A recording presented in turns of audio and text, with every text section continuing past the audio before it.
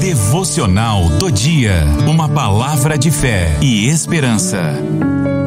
Momento super especial com o nosso devocional, meditação da palavra de Deus para alimentar o nosso íntimo, o nosso coração, alimentarmos da palavra de Deus. Hoje nós vamos meditar em um tema muito importante, falando da graça de Deus, que está no livro de Romanos, capítulo 6, versos 1 e 2. O texto, ele vai dizer o seguinte: que diremos, pois? Permaneceremos no pecado para que a graça seja ainda mais abundante? O verso 2 vai dizer: de modo nenhum. Nós que estamos mortos para o pecado, como viveremos ainda nele? Esse texto, ele vem falando sobre a graça, e o apóstolo Paulo, ele fala de um assunto muito importante, porque no capítulo 5, ele vai dizer que aonde abundou o pecado, superabundou a graça de Deus. Ou seja, a graça de Deus, ela é muito maior do que os nossos pecados. A graça de Deus, ela é magnífica, ela é extraordinária. Mas é interessante que o apóstolo Paulo, ele fala desse assunto da graça, que é pela graça que nós somos salvos, que nós fomos alcançados pela graça e a misericórdia de Deus, pelo seu grande amor.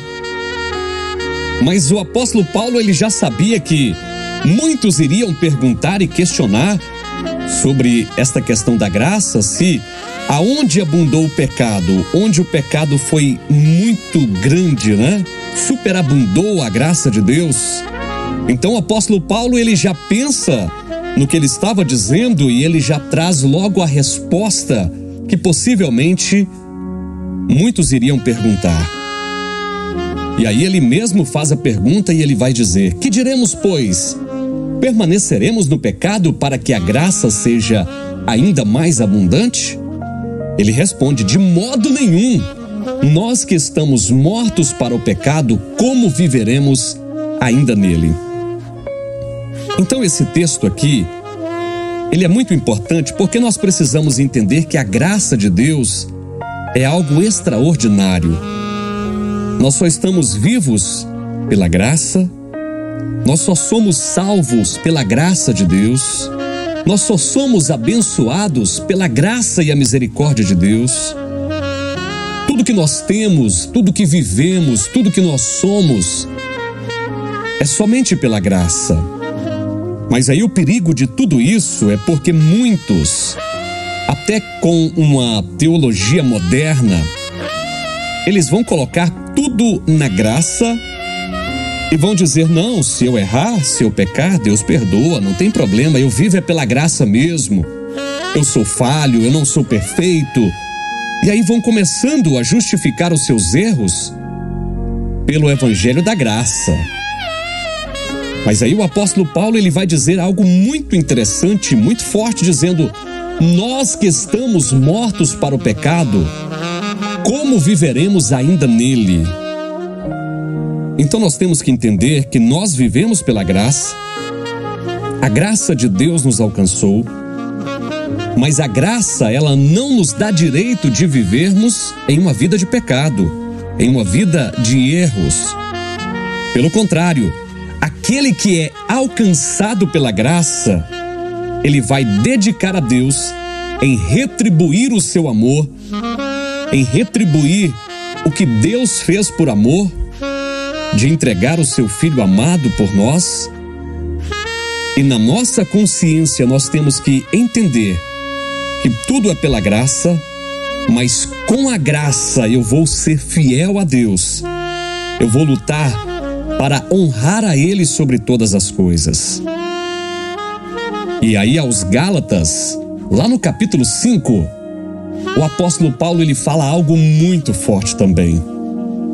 Ele vai dizer assim, porque vós, irmãos, fostes chamados à liberdade, mas não useis então da liberdade para dar ocasião à carne, mas servi-vos uns aos outros pelo amor. Aí nós vamos entrar nos mandamentos que Jesus deixou, né? Ele disse que todos os mandamentos se resumem em 2: amar ao Senhor teu Deus sobre todas as coisas e ao teu próximo como a ti mesmo. Então, pela graça, se eu amar o meu Deus sobre todas as coisas, eu vou obedecê-lo, eu vou servi-lo com amor, eu vou dedicar a minha vida em uma vida justa, sincera, honesta, diante do Pai Celestial. E se eu amar o meu próximo, eu vou querer na mesma medida para o meu próximo o que eu quero para mim. Então eu não vou defraudar o meu próximo, eu não vou trair o meu próximo, eu não vou fazer o meu próximo sofrer. Resumindo, se eu guardar os 2 mandamentos, eu guardo todos os outros mandamentos. Amar a Deus sobre todas as coisas e ao teu próximo como a ti mesmo. Então, meus queridos, não useis da liberdade, não useis da graça para viver uma vida de pecado. Nós devemos renunciar à nossa carne, à nossa matéria, à nossa natureza de pecado, né? A velha natureza. Precisamos repreender esta natureza. Precisamos crucificar esta natureza pecaminosa juntamente com Cristo e vivermos pela graça. E pela graça e o amor de Deus, amar a Ele sobre todas as coisas e ao nosso próximo como a nós mesmos.